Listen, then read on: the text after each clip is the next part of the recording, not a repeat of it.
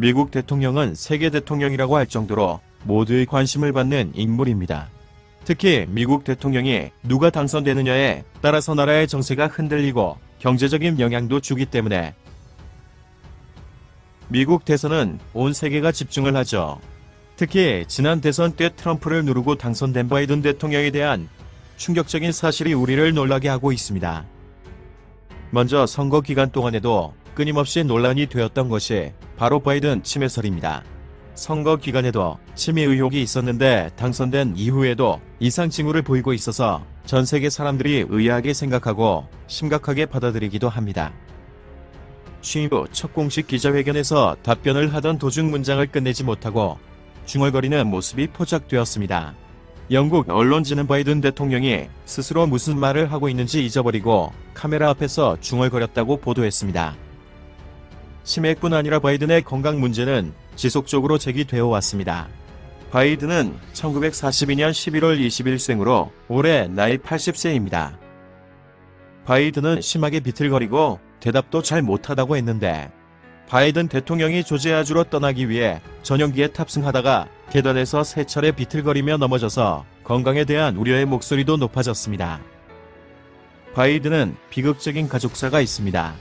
우리나라 사람들의 경우 잘 모르는 경우가 많은 것 같습니다. 바이든은 지금의 부인인 질 여사와 결혼하기 전에 릴리아와 결혼해서 이남 일녀를 두었습니다. 과거 크리스마스 트리를 구하러 차를 끌고 나간 남동생과 가족들이 교차로에서 교통사고를 당해 아내 릴리아와 장녀인 나오미가 사망하는 안타까운 과거가 있었습니다. 그리고 장남부 바이든은 매우 모범적인 아들로 평가받았는데 뇌종양 투병 끝에 2015년 5월 30일 46세의 젊은 나이로 사망했습니다. 이 밖에도 바이든은 우리가 모르는 충격적인 구설수를 많이 안고 있습니다. 먼저 바이든은 연설문을 잘 베껴 쓴다고 하는 논란입니다. 남의 연설문을 베껴 쓰는 것으로 유명하다고 하는데요. 실수로 베끼는 것이 아닌 아주 태연하게 엄청난 양의 연설문을 그대로 사용한다고 합니다. 미국 언론도 이러한 점을 매번 지적하지만 고쳐지지 않는다고 합니다.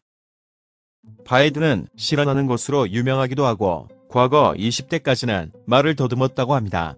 오바마 대통령이 재선 취임식을 할 때 바이든 자신이 미국 대통령인 것이 자랑스럽다는 실언을 하고 중국인 유학생들 앞에서 중국을 비난하고 일본에서는 성차별 발언을 하기도 하였습니다.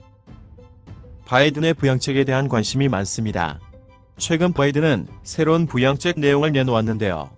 세금은 법인세를 21%에서 28%까지 올리겠다고 했고 개인소득세를 최고세율 37%에서 39.6%로 인상하겠다고 말했습니다. 경기 부양 내용으로는 실업수당 수령 자격을 확대하여 11주간 주당 $300 추가 지급하고 재난지원금으로 1인당 $600를 지급하겠다고 했습니다. 입기업 규제를 강화하고 금융거래세를 도입하고 글라스 스티걸법을 복원하겠다고 했습니다. LG와 SK이노베이션이 미국에서 벌여온 배터리 영업 비밀 침해 분쟁과 관련해 바이든이 거부권 행사를 할 것인지 방어할 것인지에 주목을 했는데 거부권 시한을 앞두고 양사가 극적 합의에 성공하면서 2년 분쟁에 종지부를 찍었는데요. 이번 합의로 미국 국제무역위원회가 결정한 SK이노베이션의 수입금지 조처가 무효되면서 앞으로 SK이노베이션의 미국 사업도 차질 없이 운영될 전망으로 보입니다. 우리나라 대통령도 아니고 미국 대통령인데 그의 행동이나 언행 때문에 우리나라 경제에도 큰 영향을 미치네요. 바이든과 둘러싼 의혹에 대해서 정확한 사실을 알기 위해서는 앞으로 더 지켜봐야 할 것 같습니다.